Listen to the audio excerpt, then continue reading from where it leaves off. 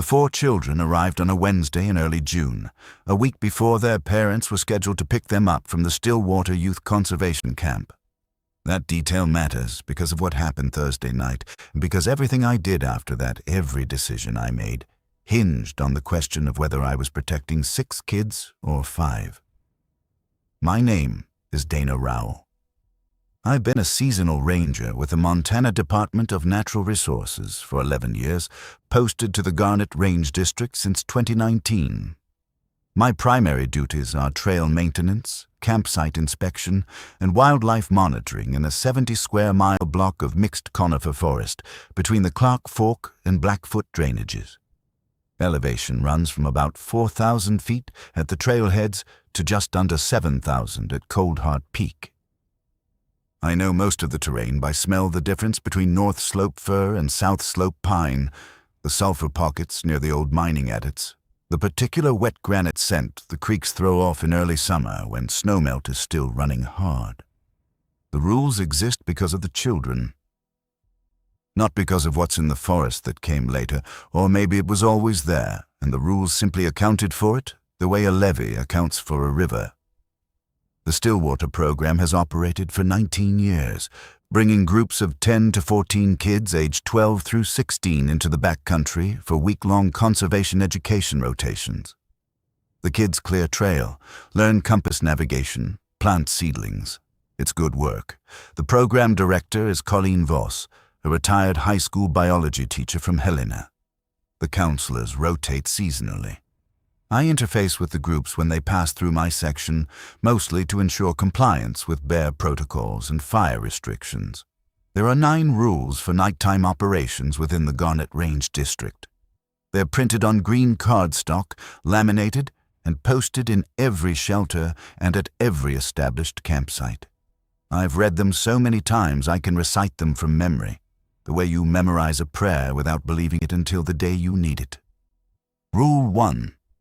No person under 18 may be outside a shelter structure between full dark and first light without adult escort. Rule 2. All headlamps and flashlights must use red filter mode after 10 p.m. Rule 3.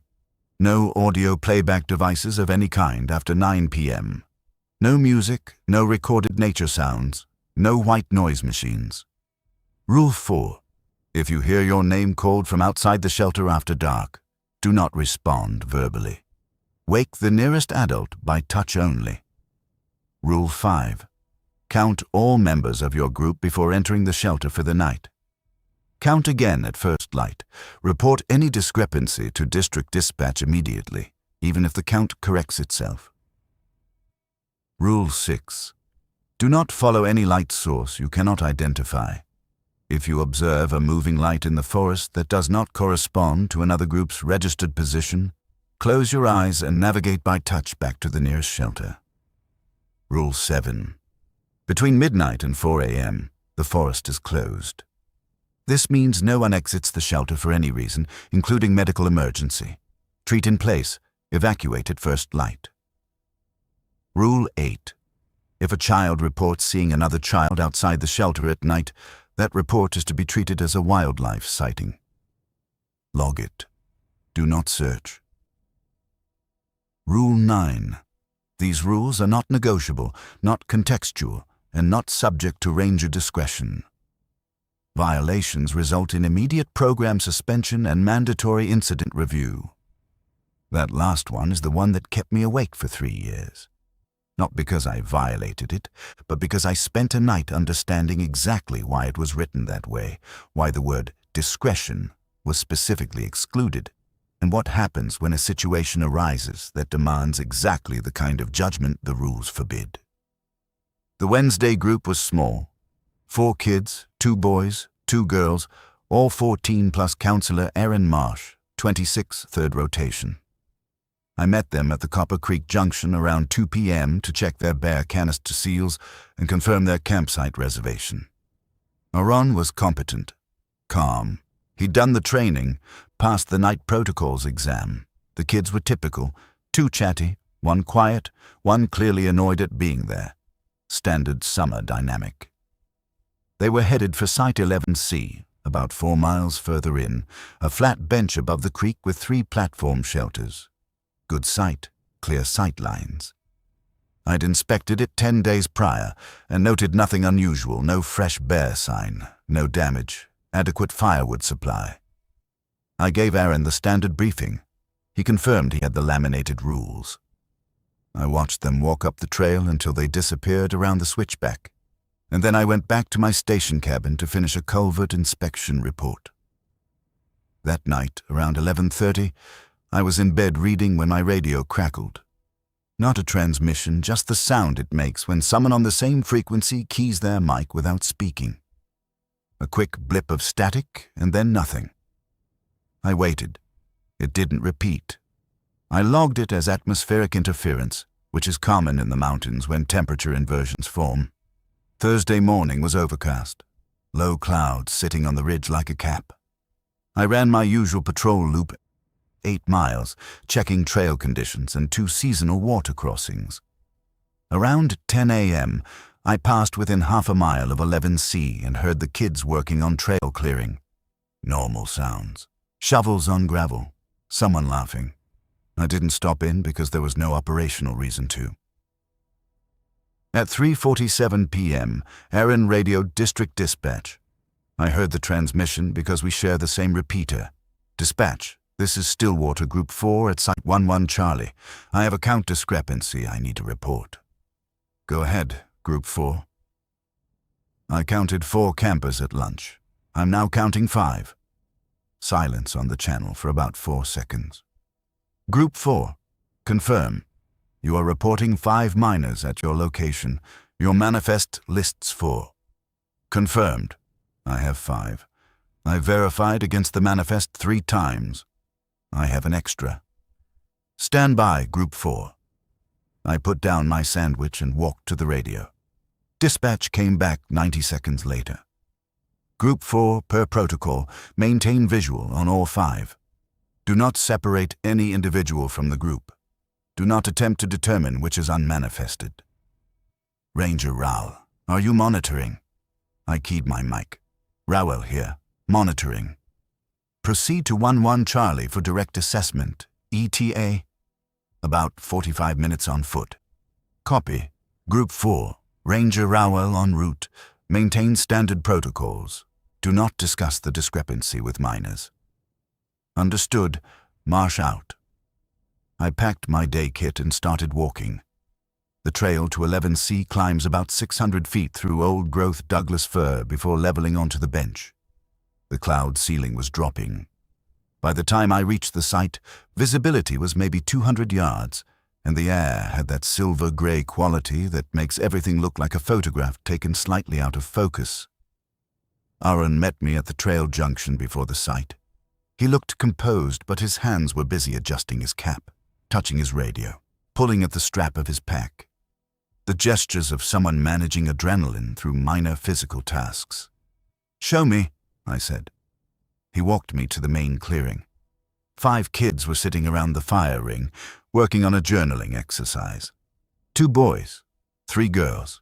1 more girl than should have been there. "When did you first notice?" I asked. "After lunch. I did the count before the afternoon session and came up with 5. I thought I'd miscounted, so I did it again. 5. Then I pulled the manifest and physically matched names to faces. Every kid on the manifest is accounted for, but there are 5 bodies. Which one isn't on the list?" Aaron's face did something complicated. "That's the thing. I can't tell. Every time I try to identify which one is extra, all 5 of them check out. They all answer to their names. They all have the right gear, the right journals, the right histories. I've talked to each of them individually. They all have memories of the trip so far that are accurate." I looked at the group. They were writing in their notebooks, occasionally murmuring to each other. 5 perfectly normal 14-year-olds.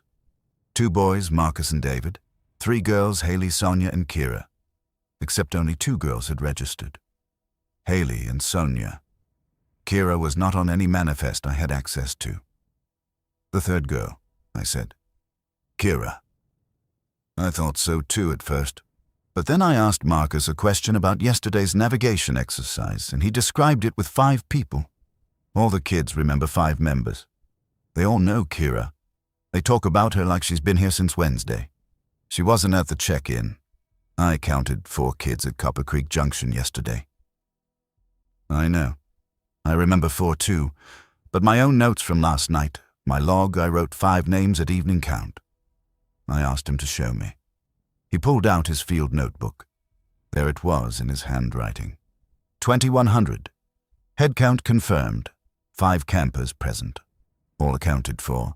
And below that, 5 names listed, including Kira Wayland. I didn't write that, Aaron said. I don't remember writing it, but it's my handwriting.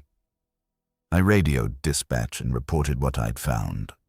The response came from District Supervisor Cal Trujillo, which meant this had already been escalated above normal operations. Rowell, this is Trujillo. You are to remain at 1-1 Charlie through the night.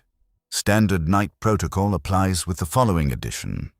You are not to attempt to separate, isolate, or identify the unmanifested individual. You are not to inform any minor of the discrepancy. You are to treat all 5 as legitimate program participants. Do you understand?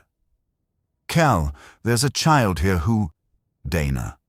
The rule exists for a reason. Do not attempt to determine which one. Count, observe, and maintain. I'm sending a support team at first light. Understood. Aaron and I spent the remaining daylight hours going through motions. We ran the evening session compass work, tree identification. 5 kids participated. Kira was quiet but present. Dark hair, average height, wearing the same green Stillwater program t-shirt as the others. She had a journal with her name on it. She had a sleeping bag in the girls' shelter. She had a toothbrush in the bear bag.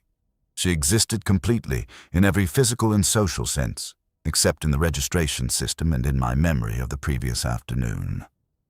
At 8:30 p.m., I did the pre-shelter count. 5 kids, all names answered. I watched their faces as they called out.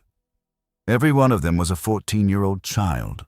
Nothing wrong with any of them, no strangeness in their eyes, no hesitation in their speech, no uncanny quality I could point to and say that one. If anything, the eerie part was how completely normal it all seemed, how my brain was already adjusting, already filing Kira into the category of accounted for and moving on. Aaron and I would alternate watch through the night from the counselor shelter, which had a clear line of sight to both the girls' and boys' platforms. I took first shift. The kids went to bed at 9. I sat on the porch of the counselor shelter with my red filtered headlamp and my notebook. The forest got dark in stages. First the understory disappeared, then the canopy blurred into the sky, then everything beyond 10 feet was just sound and smell. The creek, fir resin, cold air rolling down from the peaks. At 10:20, I heard movement in the girls' shelter. Shifting. A whispered conversation I couldn't make out. Then silence. At 11:08, my radio blipped again, that same keyless static I'd heard the night before. 1 pulse. No voice. I noted it. At 11:41, I heard footsteps on the trail below the campsite. Measured, even steps. Not animal. The wrong rhythm for deer. Too steady for anything on 4 legs. They approached from the south, came within what sounded like 50 yards, and stopped. I did not turn on my light. I did not stand up. Per Rule 7, between midnight and 4 a.m., the forest is closed. It was not yet midnight, but the principle beneath the rule, the logic of it, told me to stay still. The steps did not resume. Whatever made them was standing in the dark below the bench, not moving. I could hear it not moving the way you can hear someone holding their breath in a quiet room. At midnight, I woke Aaron by touch. He sat up instantly, alert. I pointed toward the south trail and held up one finger. He nodded. We sat together in the dark, listening. Nothing. The footsteps didn't come back. At 12:34, One of the kids coughed in the boys' shelter. Aaron and I both flinched. Normal sound. Just a cough. At 1:17 a.m., I looked toward the girls' shelter and counted the sleeping bags visible through the mesh window. 3. There should have been 3. Haley, Sonia, and Kira. I counted 3. Good. Then I counted the boys' shelter. 3. My stomach dropped. There should have been 2, Marcus and David. 2 boys. I was looking at 3 sleeping bags. I touched Aaron's arm and pointed. He looked, counted, looked back at me with an expression I could read even in the dark. "That's 6, he whispered. "Total. That's 6. We sat with that for a long time. Neither of us moved. Neither of us spoke. The rules said, do not attempt to determine. The rules said, count, observe, maintain. The rules said, do not exit the shelter. I counted the girls' shelter again. Still 3. Boys' shelter. Still 3. 6 children in a program that registered 4, that I'd confirmed 4 at check-in, that had become 5 during daylight and was now, in the space between midnight and dawn, 6. At 2:48 a.m., I heard the footsteps again. This time from the north. They circled the campsite at a distance of about 30 yards, moving slowly counterclockwise. I tracked them by sound. They completed 3 full circuits over the span of maybe 20 minutes, and then stopped somewhere east of us, behind the boys' shelter. I heard nothing after that. I did not sleep. Aaron did not sleep. We sat shoulder to shoulder until the sky began to gray at 5:12 a.m. At first light, I counted. Girls' shelter, 2. Haley and Sonia. Boys' shelter, 2. Marcus and David. 4 children. Correct manifest. No Kira. Aaron and I looked at each other. "I still remember her," he said. "So do I." The kids. I walked to the girls' shelter as they were waking up. "Hey, how'd everyone sleep? Where's Kira?" Haley looked at me with genuine confusion. "Who's Kira?" Sonia was already brushing her teeth. She didn't even look up.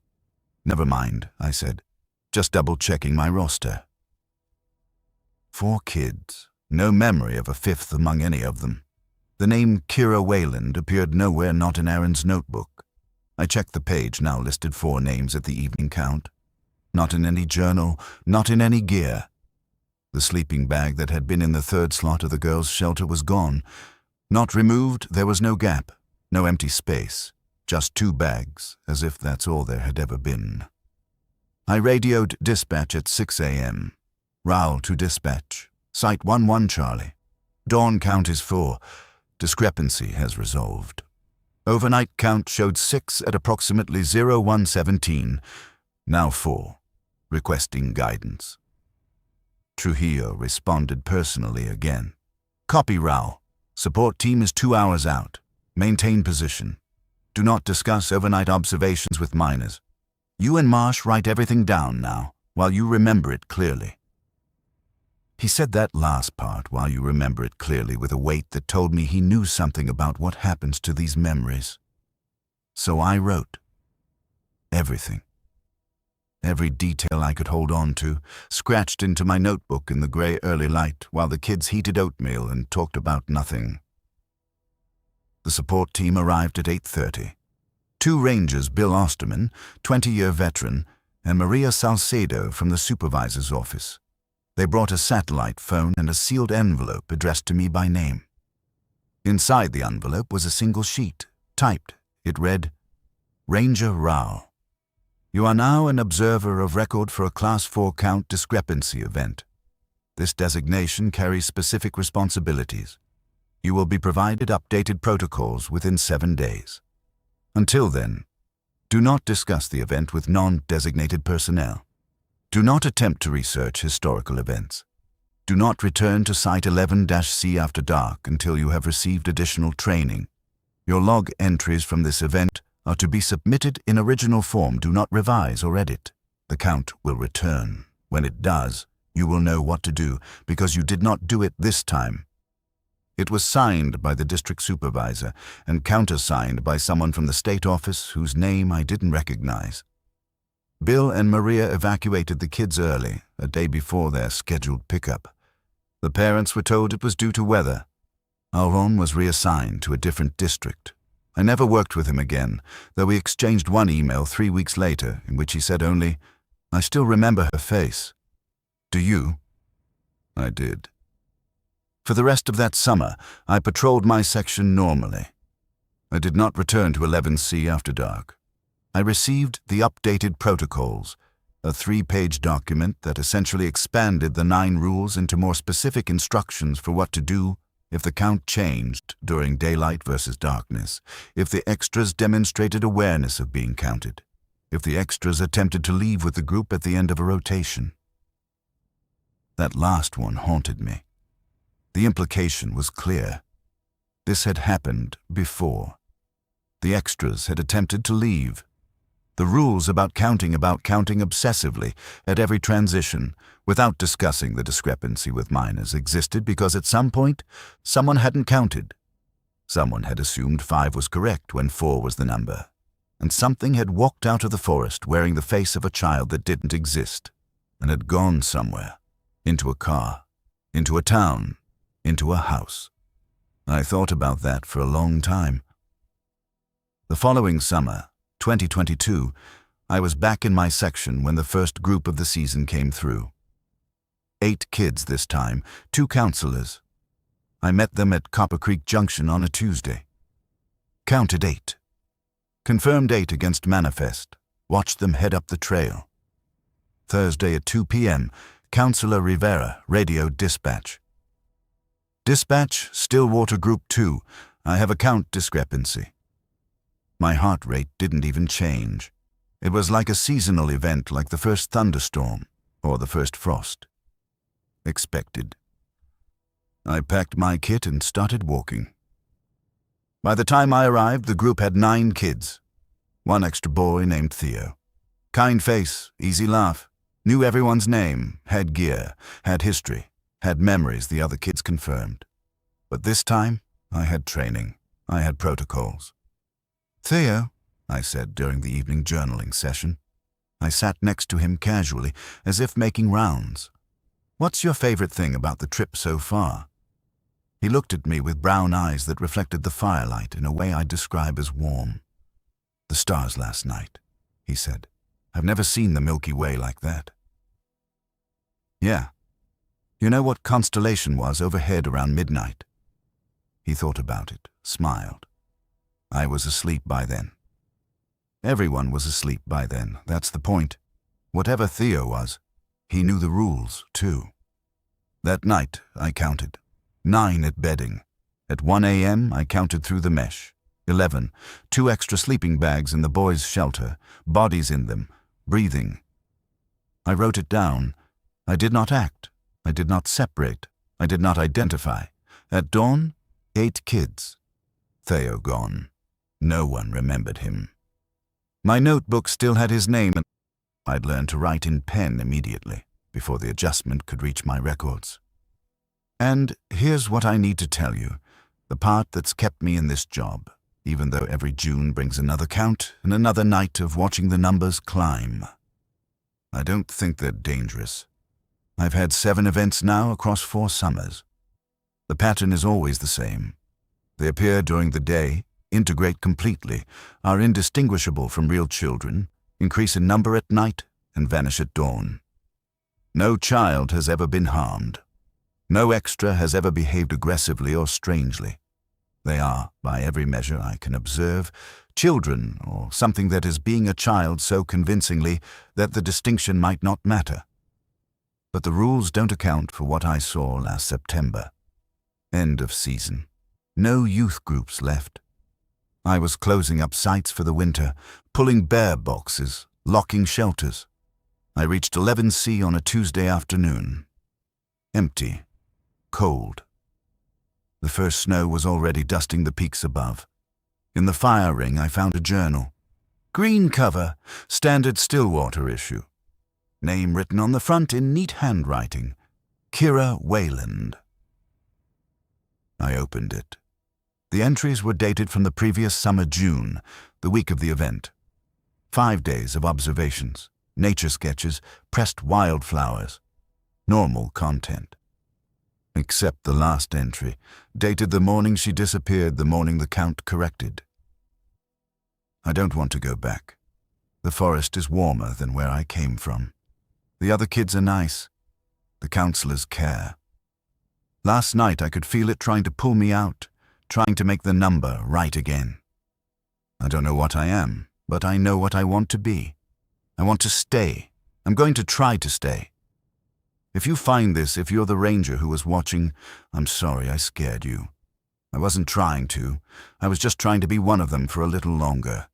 Please don't stop counting. The count is what makes it real. As long as someone counts us, we exist. I sat on the shelter platform with that journal for a long time. The wind was picking up, snow coming, the kind of afternoon where the whole forest sounds like it's inhaling before a long silence. I thought about Rule 5. Count all members. Report any discrepancy, even if the count corrects itself. I thought about what Trujillo told me the count will return, and you'll know what to do because you didn't do it this time. I thought about Kira's face, brown eyes, dark hair, 14 years old, or something wearing 14 so perfectly that it dreamed of being allowed to continue. And I thought about what the rules actually are. Not protections, not barriers. The rules are the architecture of the space where these things can exist temporarily. The count creates them. The counting makes them real. Someone, 19 years ago, discovered that children appearing and disappearing in the forest at night are stabilized by the act of enumeration, that if you count them, they cohere, they take shape, they persist through daylight. And if you stop counting, they dissolve. The rules aren't keeping something out. They're keeping something in, keeping it shaped. The rules are the walls of a house that something wants to live in, and every summer when I count them, I'm maintaining that house. I don't know what they are. I don't know where they come from at night when the numbers grow, whether the increase means more are arriving from somewhere, or whether the ones already present are multiplying, becoming more of themselves. I don't know where they go at dawn, or whether going is the right word for what happens when the count subtracts them. But I know this. Last September, when I drove down from 11C with Kira's journal in my pack, I stopped in Drummond for gas. Standing at the pump across from me was a girl. Dark hair, average height, maybe 17, 18. She was filling a sedan with out-of-state plates Oregon, and she looked over at me with brown eyes that reflected the fluorescent station light in a way I would describe as warm. She smiled. Not at me exactly. At the fact that I was looking. At the fact that I was counting. Then she got in her car and drove west toward Missoula, and I stood there with the gas nozzle in my hand, unable to move, because I realized I'd been wrong about the rules. The rules aren't about the forest. The forest is just where the door is thin enough to count through. The rules exist because counting is what lets them stay. And somewhere, years ago, someone didn't count. Someone broke the circuit, and one of them hardened into permanence, walked out, grew up, got a car, got a life. I don't know how many. The program's been running 19 years, 7 events that I personally witnessed. But other rangers, Bill Osterman, others before him, they've seen more. Decades of counts, decades of extras appearing and dissolving. Except the dissolving only happens if you're watching. If you count them out at dawn, if you maintain the structure. What happens on the nights no one's counting? What happened in the early years before the rules existed? How many Kiras drove away? I'm still a ranger. I'll be back in June. The first group is already registered, 6 kids, 2 counselors, Site 11C. I'll meet them at Copper Creek Junction. I'll count them. I'll count them again at the site. I'll count them at bedding, and in the dead hours, and at first light. And when the number changes, because it will, I'll have to decide what the rules are actually asking me to do. Whether my job is to maintain the count that holds them in shape, giving them their temporary week of existence before the dawn takes them back. Or whether my job is to understand that Kira tried to stay and the count is what prevented her. That every time I enumerate them at first light, I'm not protecting the children from the forest. I'm protecting the forest's rules from the children it's trying to become.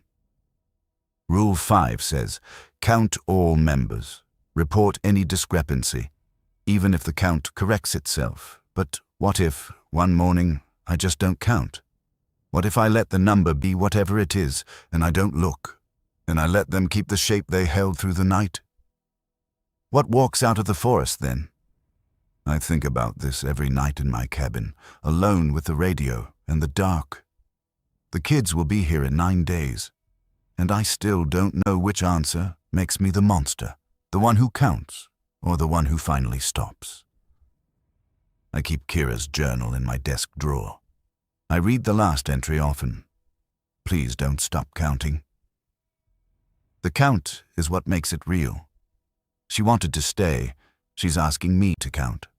But the girl at the gas station, the one who got out, who aged, who drives a car, she never asked anyone. She just left on a night when no one was watching the numbers. And she's out there now, being a person, being real without permission. And I wonder, in the worst hours before dawn, whether being real without permission is something I have any right to prevent. Whether these rules, these counts, these protocols exist to protect the world from something inhuman or to prevent something from becoming human without authorization. 9 days, 6 registered kids, 2 counselors. I'll be at the junction. I'll have my clipboard, I'll have my pen, and I'll count. I'll count because that's what I was told to do, and because the rules are not subject to discretion, and because the last sentence of the protocol says, violations result in immediate program suspension and mandatory incident review. But also because somewhere in my memory there's a 14-year-old girl named Kira, who existed for 31 hours and wrote in her journal that she wanted to stay, and counting was the only thing that ever made her real at all.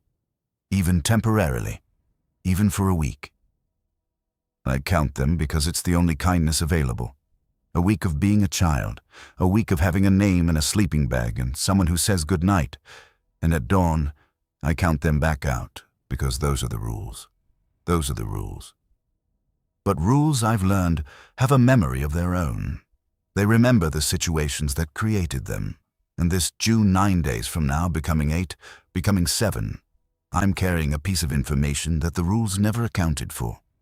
Something I found in February that changed the architecture of everything I thought I understood. Winter in the Garnet Range is administrative. I work from the district office in Drummond, processing trail permits, updating maps, coordinating with the Forest Service on prescribed burn plans. Quiet work. The kind of work where your hands are busy and your mind wanders back into the trees whether you want it to or not. In February, I was digitizing old incident logs, part of a records modernization project the state mandated in 2023. Scanning handwritten forms from the 80s and 90s into the database.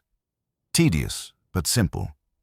I'd been at it 3 days when I hit a box labeled GR-DIST/youthprog/pre-protocol dated 1997 through 2006. Before the rules existed, before anyone had written them down. The first few files were standard campsite reservations, group manifests, counselor evaluations. Then I found a folder with a red tab. Inside were 11 incident reports, all filed by the same ranger, Thomas Cavanaugh, who held my position from 1993 to 2009. His handwriting was small and precise, the penmanship of someone who believed documentation was a form of self-defense. The first report was dated August 14, 2003. Site 11-C. Group of 7 registered campers, ages 13 to 15. Evening count, 7. Morning count, 7. However, Counselor Daniels reported that during the night, she observed approximately 12 to 14 children sleeping in the shelters. She attributed this to a dream. I am noting it because this is the fourth such report this summer from the same site. The second, September 2nd, 2003, end of season site closure. Found personal items in Shelter 2 that do not correspond to any registered group. 1 sleeping bag, blue, child-sized. 1 pair of hiking boots, women's size 5. 1 journal, empty, no name. Items collected and stored in district evidence locker. Then a gap until June 2004, when the reports became more frequent and more specific. Kavanaugh was counting. He'd started doing it deliberately, showing up at sites during active youth rotations, performing independent head counts without informing counselors. His numbers didn't match the manifests. They were always higher. June 19th, 2004. Site 11-C. Manifest 10. My count at 1430. 10. My count at 1900. 12. My count at 0615 the following morning. 10. Counselor did not report discrepancy. Counselor appeared unaware of overnight increase. July 7th, 2004. Site 8-B. Manifest 6. My count at arrival. 6. My count at 2200. 8. My count at dawn. 6. I spoke with one of the extras at 1600, a boy approximately 14, calling himself Patrick. He knew the other children's names. They knew his. He had program gear. He participated in the afternoon session. He was gone at morning count. No one remembered him. My notebook retains the name. This continued through 2004 and 2005. Kavanaugh documented 17 separate events across 3 summers. His methodology became increasingly rigorous, photographing groups, marking specific details about extras, clothing, eye color, distinguishing marks, noting exact times of appearance and disappearance.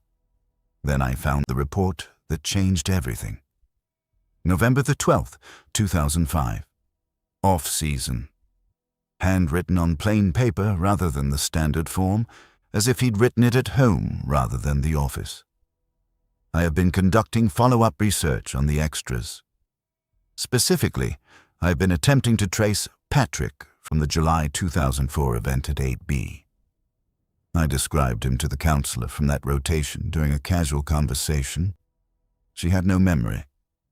I described him to the children's parents at a program reunion event, no recognition. But one parent, a Mrs. Aldridge from Great Falls, became visibly disturbed. She asked me where I'd heard that name. I told her I was checking records. She said her son used to have an imaginary friend named Patrick during the summer of 2004. An imaginary friend who, according to her son, lived in the forest and was only real when people were watching. I pressed her.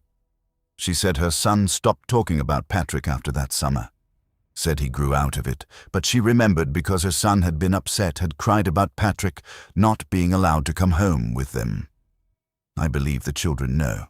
Not consciously, not in a way they retain, but in the moment, during the event, they understand what the extras are, and the extras understand what they are. The relationship is not parasitic. It is not predatory. It is aspirational. The extras want to be children. The real children, on some level, want to help them. After that, Kavanaugh's reports shifted from documentation to experimentation, and this is where my hands started shaking as I scanned the pages. March 2006. I have obtained approval from Supervisor Hendricks for a modified observation protocol during the upcoming summer season. The modification is as follows. During one controlled event, I will not perform the dawn count. I will allow the overnight number to persist into morning. I want to see what happens when the count does not force a correction. June 22nd, 2006, Site 11-C. Manifest 8. Thursday. PM count 10. 2 extras, a girl, Margot, and a boy, Ellis. I confirmed integration was complete by evening. All 10 children interacted normally. Counselor unaware. Per protocol modification, I did not count at dawn. I did not look at the shelters. I stayed in my cabin until 0800 and then approached the site without performing enumeration. Result: 10 children at breakfast. Both extras present. Counselor still unaware. Day proceeded normally. I maintained non-counting posture throughout Friday. Friday PM, still 10. Friday overnight, I counted through the mesh. 14.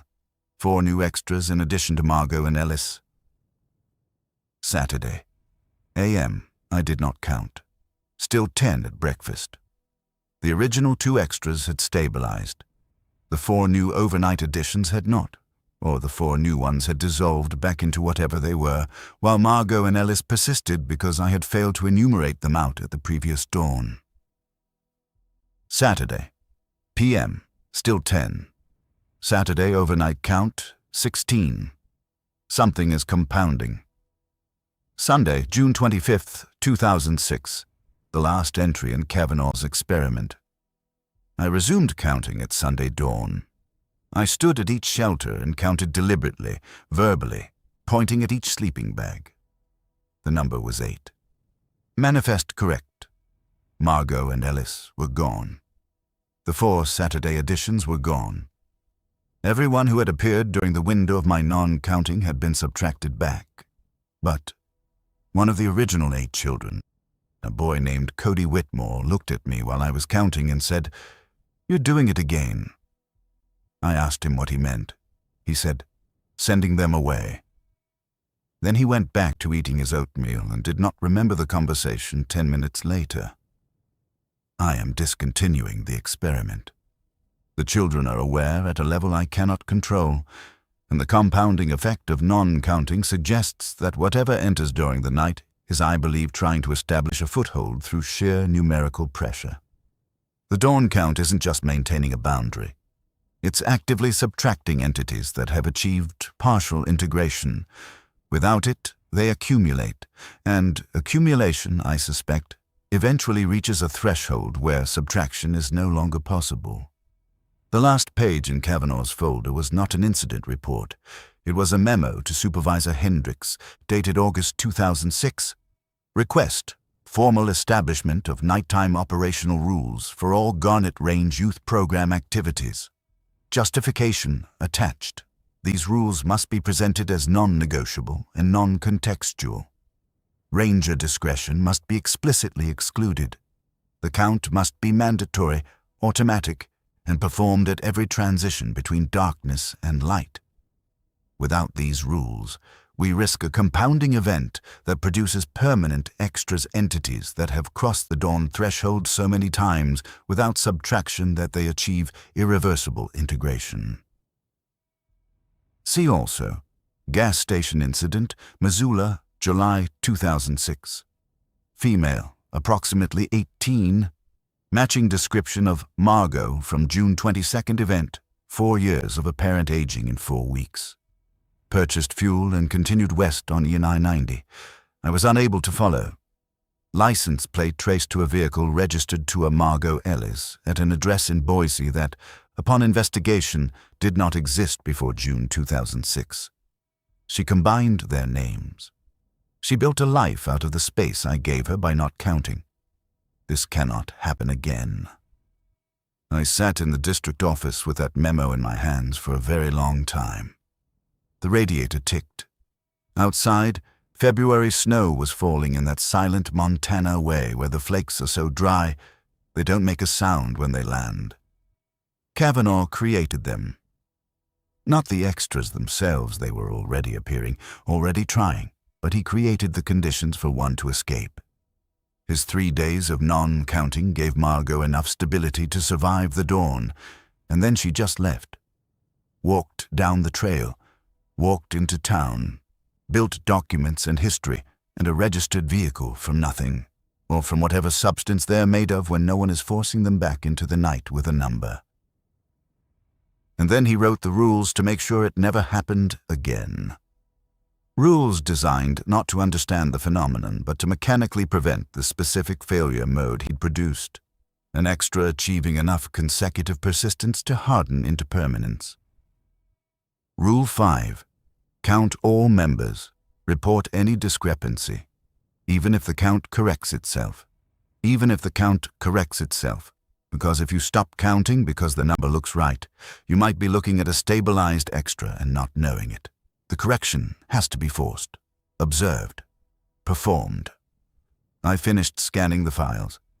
I sealed the originals back in the box. I did not report what I'd found to Trujillo because the memo said not to research historical events, and I'd done exactly that. And because I now understood that the rules I'd been following for 4 years were not an institutional protection system. They were one man's guilt architecture. Kavanaugh built them to cage the door he'd accidentally opened, and every ranger since has been performing his penance without knowing it. And now, here I am. 8 days, 6 kids, Site 11-C. I know what's coming. I know the number will change. I know that between the hours of midnight and 4 a.m., the shelters will hold more bodies than I registered at the junction. I know that something multiple somethings will try again to be children for a week, and that my dawn count will subtract them back into wherever they go when they're not being observed. But this year, I also know about Kira's journal. I know she tried to stay. I know that what she needed was for me to simply not look at the shelters at first light. To give her one more dawn without enumeration. And I know that somewhere in Idaho, a woman named Margot Ellis has been living a life for 20 years because Thomas Kavanaugh gave her exactly that. Is Margot Ellis a person? She has a driver's license. She buys fuel. She presumably pays rent, eats food, sleeps at night. Is she a person who was never born, or is she something else wearing personhood like a coat? And does the distinction matter, morally, when she's spent 2 decades being indistinguishable from any other woman on the interstate? I don't know. The rules say it's not my decision. The rules say count. The rules say discretion is not available. The rules say Kavanaugh's experiment proved that non-counting produces compounding, and compounding produces permanence, and permanence is what? A breach? An invasion? Or just an uncontrolled immigration from somewhere that isn't here into somewhere that is? I keep coming back to Cody Whitmore, 14 years old, looking at Kavanaugh and saying, "You're sending them away. The children know." In the moment, during the event, the real children understand that their temporary companions are being subtracted by the act of counting, and at least one of them perceive that as something being done to the extras. Something cruel. 8 days. I've prepared my kit. I've charged my radio. I've confirmed the shelter locks and the bear canisters. I've laminated a new copy of the rules and posted it at 11C. And I've made a decision, though I'm not sure yet whether it's a decision or a surrender. I'm going to count. At every transition, at every threshold. I'm going to do my job because the rules exist for a reason, and because Kavanaugh's experiment showed that non-counting compounds, and compounding might eventually produce something. I can't subtract something that doesn't just want to be a child for a week, but wants to replace one. But I'm also going to do something Kavanaugh never did. Something the rules don't prohibit because it never occurred to anyone that a ranger would try. I'm going to talk to them, the extras. During the day, while they're integrated, while they're being children, I'm going to sit with them around the fire ring and ask them what they remember. Not to identify them, not to separate them from the group. Just to know them, to give them the experience of being known by name for the hours they exist. Because Kira's journal said, "As long as someone counts us, we exist." And I think she was right. But I think there's something between counting them in and counting them out. There's the space of the day, the warm hours, the hours when they have names and faces and someone says goodnight. I can give them that. The rules allow it. The rules say do not attempt to determine which is unmanifested. The rules say treat all as legitimate participants. So I will. Legitimately. With full attention. With the kind of care you give to anything that only gets 1 week, and at dawn I'll count them back out. Because I have to. Because compounding is dangerous. Because Kavanaugh showed what happens when you don't. But I'll remember their names. I'll write them in pen, and when the adjustment takes them from everyone else's memory, I'll still have them in my notebook, in my handwriting, proof that they existed for 7 days and were seen. It's not enough. I know that. It's the smallest possible kindness inside a system designed to be unkind, but it's what the rules leave room for, and it's all I have. 6 days now. The manifest arrived this morning. 6 names, 12 through 15. 2 counselors, 1 new, 1 returning. Site 11-C. I wonder how many will be 7 by Thursday. How many by Friday. Whether I'll recognize any faces from last year, or whether each summer brings new ones, new attempts, new children pressing against the membrane of the count, trying to stay. I wonder if any of them will leave a journal. I wonder if I'll ever stop wanting to let one stay. The radio sits on my desk, silent. Outside, the snow is melting. The creeks are running. The forest is waking up the way it does every June, slowly, and then all at once, and full of things that weren't there in winter. Or maybe they were. Maybe they're always there. Maybe the count is just the frequency at which they become visible, and without children present, without the aspiration, the template, the warmth of a group to integrate into, they have nothing to cohere around. The kids arrive Tuesday. I'll meet them at the junction. I'll count 6, and then I'll wait for the number to become 7, and I'll say hello to whoever arrives. And I'll give them their week, and on the last morning in the grey dawn light, I'll stand outside the shelters with my clipboard. And I'll count, and the number will be correct, and someone will be gone who was there the night before, and I'll write their name in my notebook, in pen, and I'll close it, and I'll walk back to my cabin alone. That's the job. That's what the rules ask of me, and it's not enough, and it's not nothing, and it's the only thing I know how to do. The forest gets dark early this time of year, early enough that you can feel it coming, the transition from counted to uncounted, from numbered to innumerable. I turn on my porch light at 8. I lock my door at 9. I listen to the radio until I sleep. And sometimes, in the hours between midnight and 4, I hear footsteps on the trail outside my cabin. Small ones, child weight, moving slowly, as if exploring, as if looking for someone who's still awake, as if hoping that being heard is almost as good as being counted. I don't open the door. Rule 7, the forest is closed. But I stay awake. And I listen. And in my notebook I write, 1. Passing south to north, approximately 1:30. Duration of audibility, 40 seconds. It's not a count. It's not enumeration. It doesn't subtract anything or force anything back. It's just a record that someone was here, that someone walked past in the dark and was noticed. It's the least I can do. It's everything I can do. Until last Tuesday, when I realized it might not be enough anymore. When I realized the system might be changing in ways Kavanaugh's rules never anticipated.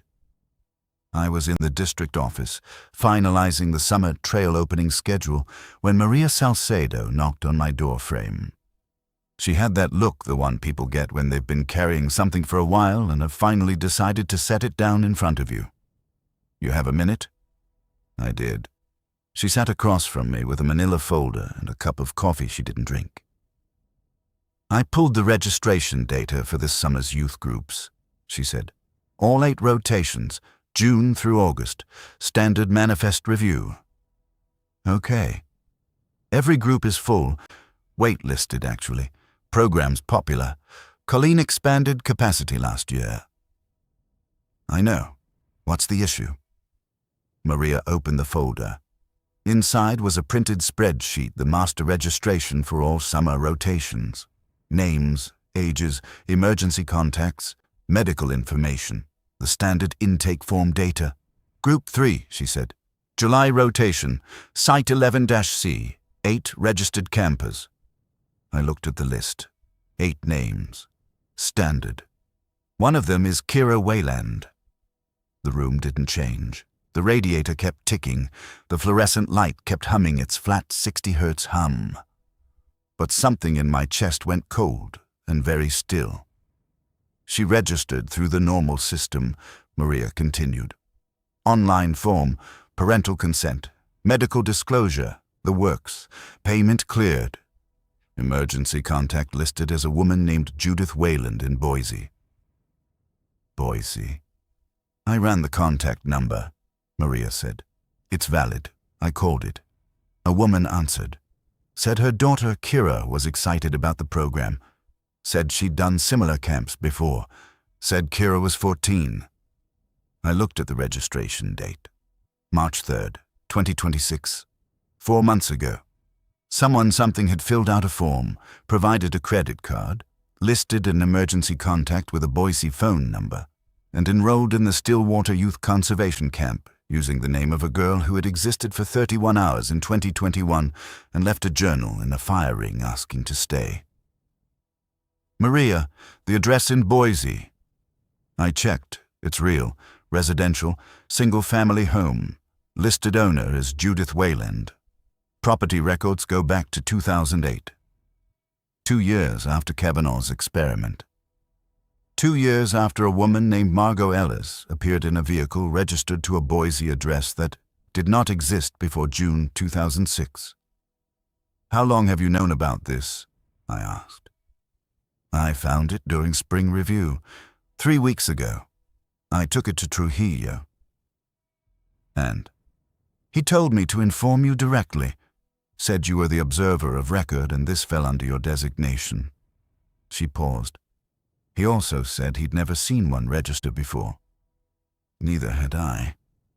In everything Kavanaugh documented, in everything I'd witnessed across 4 summers, the extras appeared spontaneously during active groups.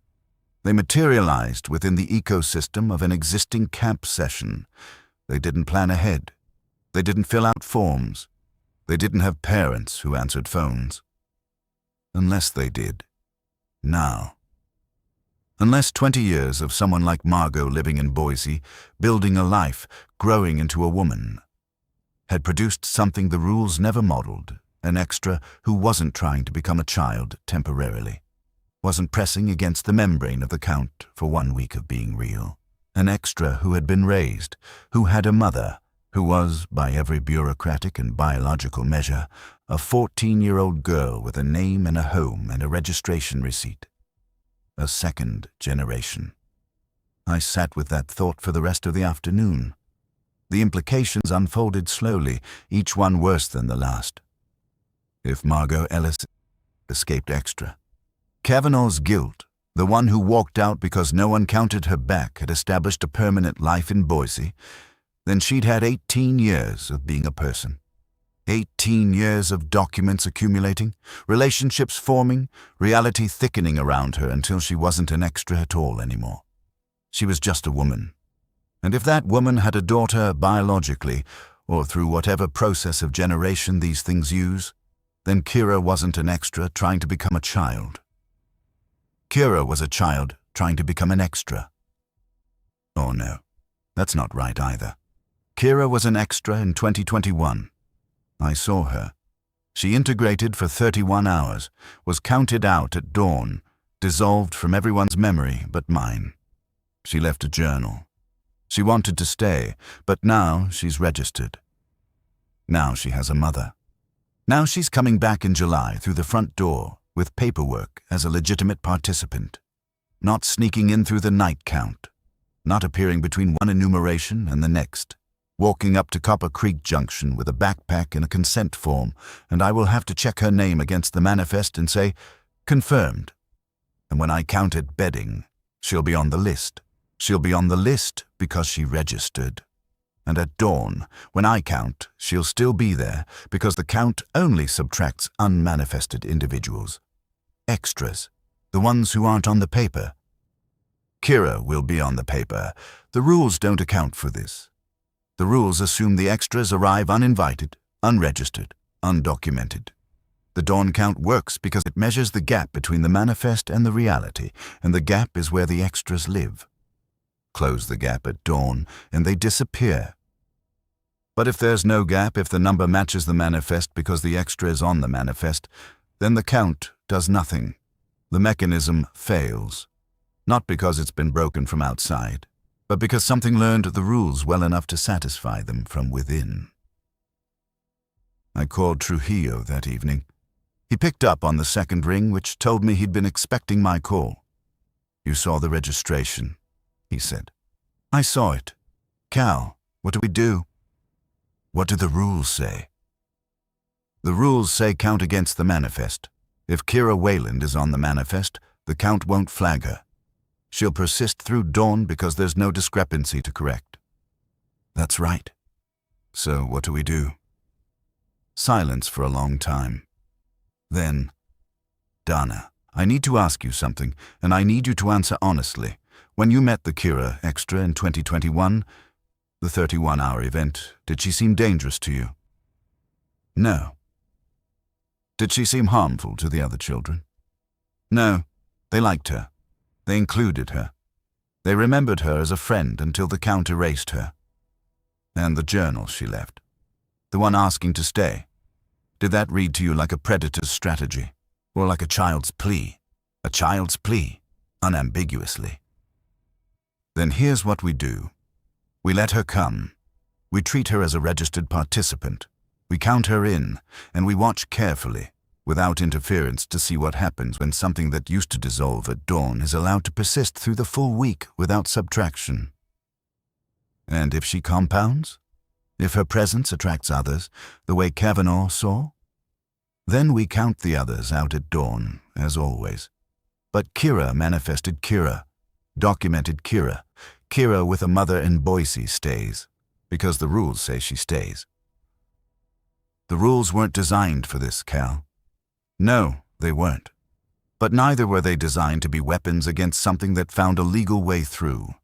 If she's on the paper, she's on the paper. We don't get to subtract a registered child because of what we think she might be." He was right, and I hated that he was right, because it meant the rules had been outgrown by the very phenomenon they were built to contain. Kavanaugh's architecture, the careful enumeration, the forced dawn correction worked only as long as the extras remained undocumented. Margot's escape in 2006 hadn't just produced one permanent individual. It had produced a lineage, a pathway, a method by which the things in the forest could stop pressing against the count and simply go around it, register, document, arrive through the front door, be counted in from the beginning, and the dawn subtraction, which only targets the gap between manifest and reality, passes right over you like a wave over a stone that was there before the water rose. I drove to Boise last weekend. I'm not proud of it. The memo in my designation file says, "Do not research historical events," but this isn't historical anymore. This is operational. This is a 14-year-old girl who will be in my care in 6 weeks, and I need to know what I'm caring for. The address Maria gave me was in a quiet neighborhood south of the river. Mature trees, well-kept yards. The house was a modest craftsman, painted sage green with white trim. There was a bicycle in the driveway and a garden hose coiled by the front steps. Ordinary, in every particular. I parked across the street. I didn't get out. I sat in my truck for 40 minutes, watching the house the way I watch a shelter at night, counting the details, looking for the discrepancy. There wasn't one. It was just a house. A woman came out at one point to check the mailbox, mid-40s, dark hair, unremarkable. She glanced at my truck without concern and went back inside. Judith Wayland, or Margot Ellis, or whatever name applies to something that was counted into existence in 2004 and walked out of the forest 2 years later into a life that has now produced a daughter. I drove home. 5 hours of highway through mountain passes still holding spring snow. I thought the entire way about what Kavanaugh wrote. She combined their names and about the implications of a thing that can build not just a self, but a family. That can generate not just documents, but relationships. That can fill out a camp registration form for its offspring and list itself as emergency contact and answer the phone when a district analyst calls to verify. That's not an extra pressing against the membrane. That's something that passed through the membrane 20 years ago and has been quietly building on the other side ever since. And now, its daughter is coming back. Coming back to 11C where it started. Coming back to the shelters where something first gave her a name and a sleeping bag for 31 hours before the dawn count sent her away. Except this time, she has paperwork. This time the count can't touch her. What does she want? To be a camper for a week? To prove she can survive the dawn? Or something else? Something I can't model because the rules never imagined a scenario where the extras learned the rules well enough to make themselves permanent from the start. I think about compounding. Kavanaugh's non-counting experiment produced 4 additional extras on the second night, 6 more on the third. The extras attract more extras. Presence generates presence, and Kira, registered, documented, immune to the dawn count, will be there for 7 full days and 6 full nights. A permanent presence inside the system. A stable nucleus around which overnight extras could accumulate without being subtracted, because the manifest says the number is correct. Unless I change the manifest. Unless I find a reason, a bureaucratic reason, a medical hold, a behavioral flag, to deny her registration before July. I could do that. I have the authority. A note to Colleen about a concern, a flag in the system, an apologetic call to the Boise number. Sorry, ma'am, we're oversubscribed this rotation. Your daughter is welcome to reapply next summer. Except that's exactly the kind of discretion Rule 9 forbids. And more than that, it would mean using my knowledge of what Kira is, or what I believe she is, to deny her something she's entitled to by every rule the system has. She registered. She paid. She has a parent's consent. She's 14 years old, and I would be excluding her from a youth program because of something I saw 5 years ago that no one else remembers. That's not ranger discretion. That's something uglier. So I'll be at Copper Creek Junction in July, and I'll count 7 kids out of the van, and one of them will be Kira Wayland, and she'll be wearing a green Stillwater t-shirt and carrying a journal and looking at me with brown eyes that reflect the light in a way I'd describe as warm, and I'll check her name against the manifest and say, confirmed. And I'll watch. Through the warm hours when they're all just children, and through the dark hours when the count rises and falls like breathing, and through the dawns when my enumeration sends the unlisted ones back. I'll watch to see if Kira draws more. If her documented persistence creates a gravitational well that pulls extras in faster, holds them longer, gives them enough stability to survive my morning count, the way she survived it not by hiding from the number, but by being on the right side of it.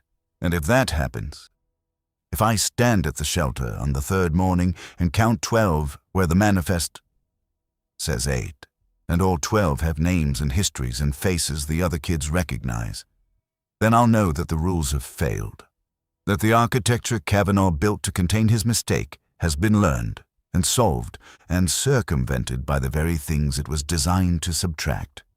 And I'll have to decide what to do without discretion, without rules, without any framework at all except the question I've been asking myself for 4 years. Are they children? Or are they something being children? And does it matter, morally, if the answer is both? 6 weeks. The snow is almost gone from the lower elevations. The trail crews are out repairing winter damage. I can smell the forest waking up that first warm resin scent that means the sap is running, that the trees are breathing again, that summer is coming whether I'm ready or not. I keep Kira's journal in my desk drawer. I read the last entry most nights before I sleep. Please don't stop counting. The count is what makes it real. She asked me to count. She's coming back in July to be counted. And this time, the count won't send her away. I should be relieved. I should be glad that something I felt guilty about the annual subtraction, the dawn erasure, the mechanical unkindness of the rules, is being bypassed by something that found a gentler way through. Registration instead of dissolution. Paperwork instead of pressing against the night. A mother in Boise instead of a journal in a fire ring. But I can't stop thinking about Kavanaugh's compounding data. 4 extra on the second night. 6 more on the third. the numbers growing in the dark like something breathing deeper. And I can't stop thinking about what a full week of uninterrupted presence might attract, might anchor, might make permanent in ways my dawn count can no longer prevent. The rules say count. The rules say do not use discretion. So I'll count. And I'll watch the numbers, and if the numbers grow beyond what I can subtract, I'll document it, in pen, in my notebook, the way I've documented everything as a record that someone was here. That something happened.